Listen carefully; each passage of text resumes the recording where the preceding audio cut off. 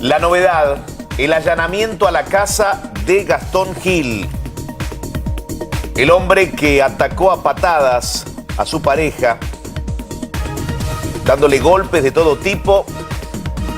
Imágenes con una violencia extraordinaria.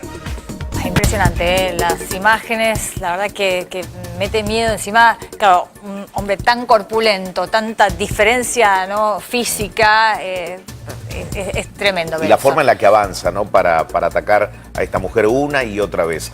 Analía Forti es consultora psicológica, está con nosotros. ¿Qué tal, Analía? ¿Cómo están? Buenas tardes. Bien. Bueno, se revaloriza, digo, la denuncia que se haga cuando uno observa como vecino, como familiar, Sin duda. situaciones de esta naturaleza, ¿no? Cuando un individuo avanza y da la sensación que quizás no era la única vez o la primera vez que actuaba así. Totalmente. Mirar el video deja a las claras que es un acto el acto de un depredador. Porque la asimetría en la fortaleza física, en las posibilidades de defensa o de evitación de ese ataque son prácticamente imposibles. Con lo cual, una persona que arremete de esa manera, bueno, el final de esa escena es evidente. Por supuesto, cuando se toma conocimiento de esto, no hay que tener miedo, y si se siente ese miedo, hay que superarlo y hay que involucrarse, hacer las denuncias, llamar al 911, porque realmente puede ser la diferencia entre una muerte y salvar una vida. Sí, bueno, uno de afuera lo dice, ¿no? Obviamente hay que dar este consejo, pero cuando uno está inmerso en esta espiral de violencia, resulta muy difícil. Lo vemos una y otra vez, ¿no? Siempre nos preguntamos por qué no se hizo la denuncia antes, cómo no pediste ayuda.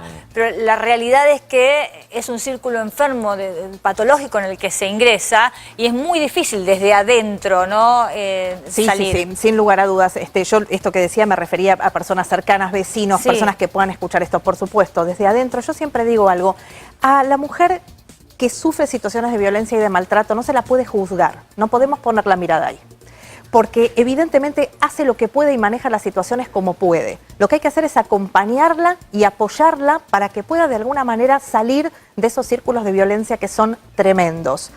La pregunta en estas situaciones que habitualmente se hace, ¿cuál es? ¿Por qué una mujer con indicadores, con una relación con una persona con estas características, pudiendo irse, a veces permanece y se queda? No es tan fácil. Siempre el juicio sobre la vida del otro es sencillo de hacer. Irse es tan preciso y es tan injusto también. Absolutamente. Porque es la mujer la que evalúa los riesgos y los peligros de zafar de una situación, estudia el momento, no encuentra el modo. Exacto. Los temores los sabe solamente la víctima. Y además, Eduardo, Paula, vamos a ser realistas, porque esto forma parte de la realidad.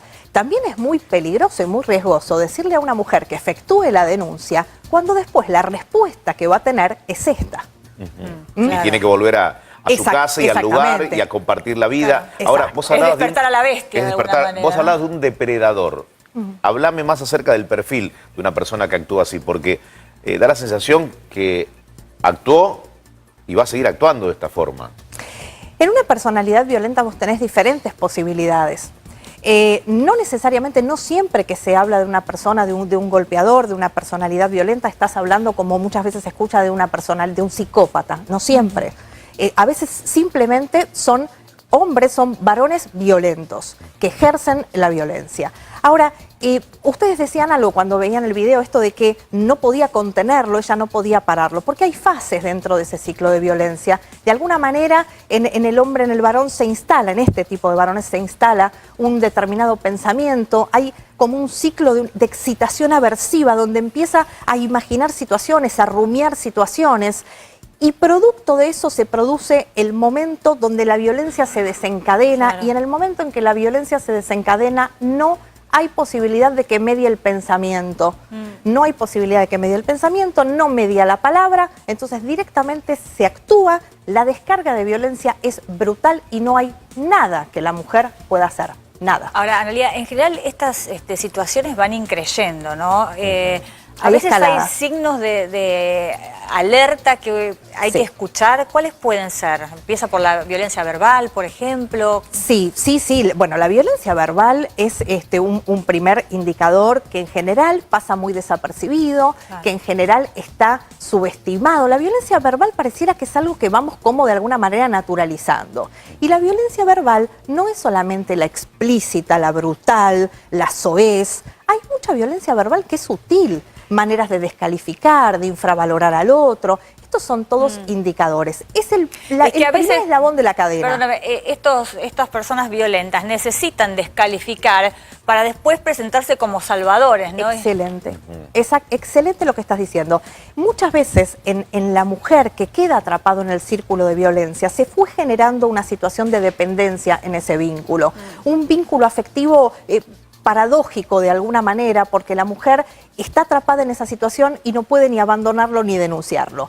De lo que poco se habla es que en este tipo de varones violentos también hay una característica de dependencia, porque justamente controlan a la mujer, son extremadamente posesivos, porque se sienten poco valiosos, desconfían de ser queridos, amados y elegidos por quienes son. Entonces empiezan a utilizar abusos verbales y emocionales para mantener a la mujer controlada y hacerles creer de alguna manera que no existe la posibilidad de vida sin ellos. O sea, sujetos con una gran inseguridad, individuos que necesitan revalidar en todo momento el amor que nació de alguna forma.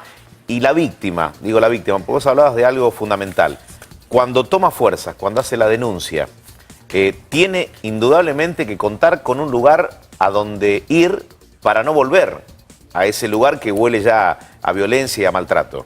Porque esa sí es la gran exposición, ¿no? Sin lugar a dudas. Cuando el violento se entera de la denuncia, hay una sola manera de reaccionar, con más violencia. Absolutamente. Con el pedido de que retire la denuncia, con los abusos emocionales. Esto no va a volver a ocurrir. Con la promesa, por supuesto, y otra vez es directamente con la amenaza. Entonces, para que una mujer salga se tienen que dar muchas situaciones. Desde un extremo, la necesidad de una red familiar de apoyo, pero del otro lado tiene que estar el Estado. Y junto con la invitación a denunciar, y tomo lo que decía Paula, se entienden muchos temores a veces de por qué no existe el compromiso de vecinos y gente cercana. Tenemos que romper eso. Y a la vez el acompañamiento de la justicia. ¿Qué más hace falta para detener a este hombre después de lo que acabamos de ver? ¿Encontrarle armas en la casa? ¿Encontrar que un tanque en la casa? Absolutamente. Es decir, si esas imágenes no nos hacen reaccionar a la población y a la justicia para tomar cartas verdaderamente en un asunto, me parece que estamos perdiendo de vista el nudo, ¿no? Evidentemente, cuando llega a una situación de detención o una situación de la sanción que corresponde, es cuando ya el desenlace final y fatal está, y ahí contamos un femicidio más.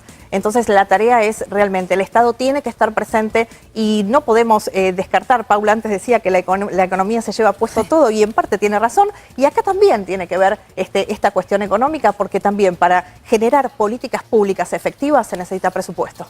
Bien. Gracias, Analía. Un placer.